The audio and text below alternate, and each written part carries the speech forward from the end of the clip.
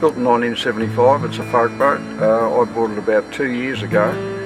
I had a location that had an undercover shed, so what I would do is on rainy days, I would bring the tradesmen in and we'd do a little bit of work on the boat. And basically, once it was in the shed, I pretty much gutted the whole thing and started from scratch, because if I tried to do anything in half measures, it'd bite me on the butt, so to speak. So to go inside, strip everything out, and then as I went through it, I would rectify, modify.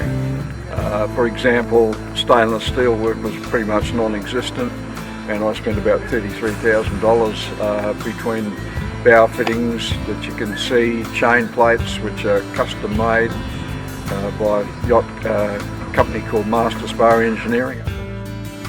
Looked at the rig, didn't like the rig because it sailed up from Botany Bay, and within a couple of hours a couple of ferry washes made the boat rock around a bit, and one of the chain plates just virtually fell off on the deck, so they were only U-bolts.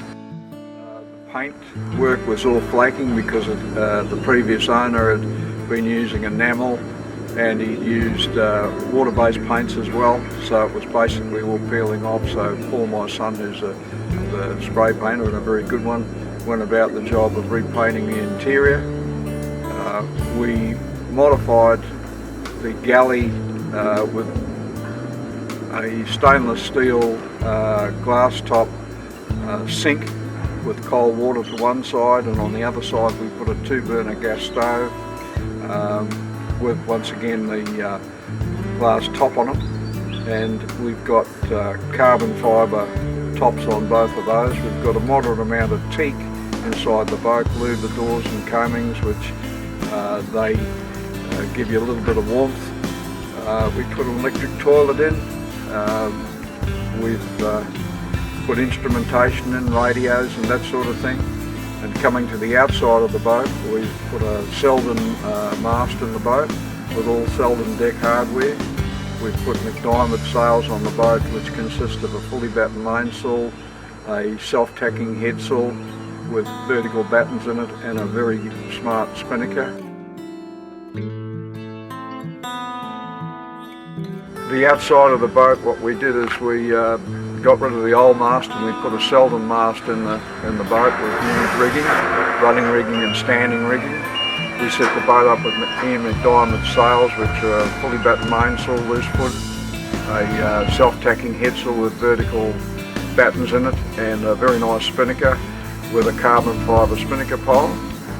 The boat has a 10 horsepower single cylinder Yanmar diesel and has a very efficient 2-bladed hydroline feathering propeller on it. Outside the boat had something like 15 coats of various coloured paints on it. We took it right back to the gel coat, which was an orange colour, and then we proceeded to build it up with international epoxy high build undercoat, Interprotect, and 2 coats of their ultra anti-foul.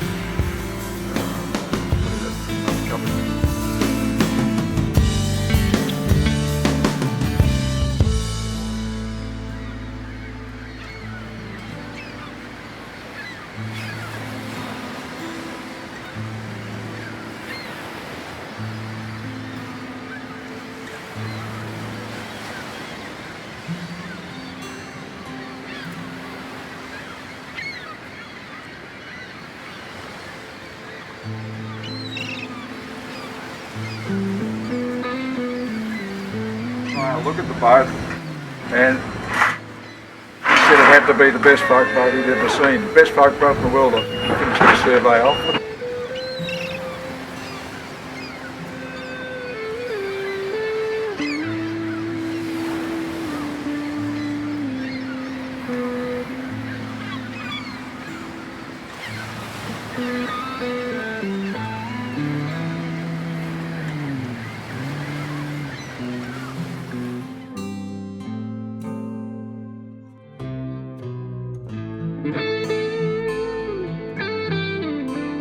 Decking is a product called Tech Deck, T-E-K-D-E-K, which is a UK product.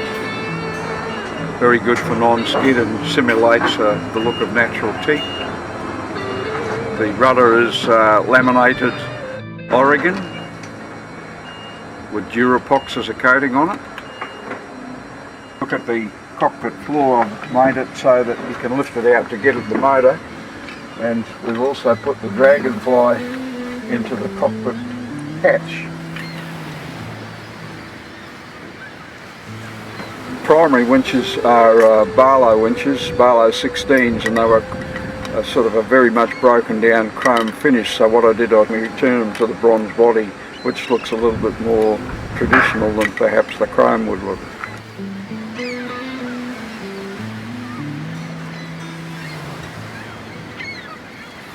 We modified the cockpit so we could get a lot more locker space, because originally they just had small lids down here. As you see, they would just be around about that size, so instead of the lids I opted to cut the seat in the back of the coaming out so that you could get into the locker. And in this case we've got the fuel tank and we've got the fuel filter, all nice and easy to get at. On the other side you've just got a spot for fenders and ropes and that sort of thing. And in the back there is a bifolding hatch which gets you into the gas bottle locker, and also if you need to do some work on the exhaust system, that sort of thing, the hoses, you can get in there quite easy to lock space.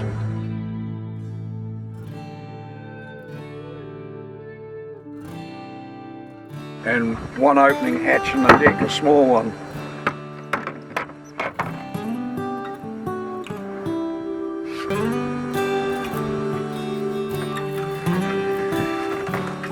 Probably what catches your eye in the interior would be the upholstery. It's leather, it's not vinyl, made by a very good upholsterer from the Central Coast, a company called Heritage Upholstery, and he's made an excellent job of the upholstery, and it's light, so it lightens the inside of the boat up. The point I made just a while ago about opening portholes.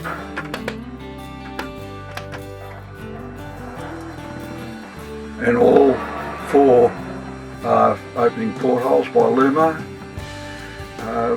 The boat didn't have any icebox in it. Normally with this type of boat you'd bring an esky or something like that, but I saw the opportunity to build in an icebox because the bunk on the port side here was a little longer than usual, so I stole a little bit of space here and I put an icebox in.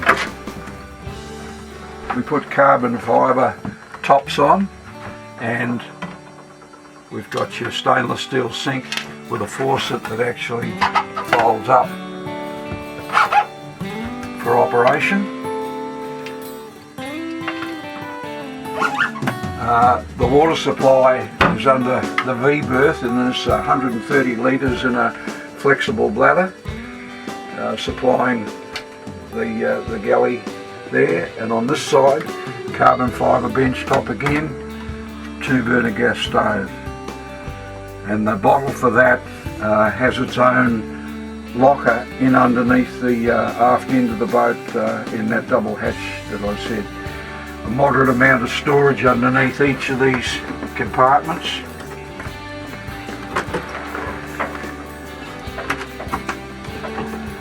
The shelf. And you've got your three-way valve, which you can put your refuse into the holding tank aft underneath the cockpit, or you can turn that around to that way, and that means that you open this valve up here and that discharges overboard.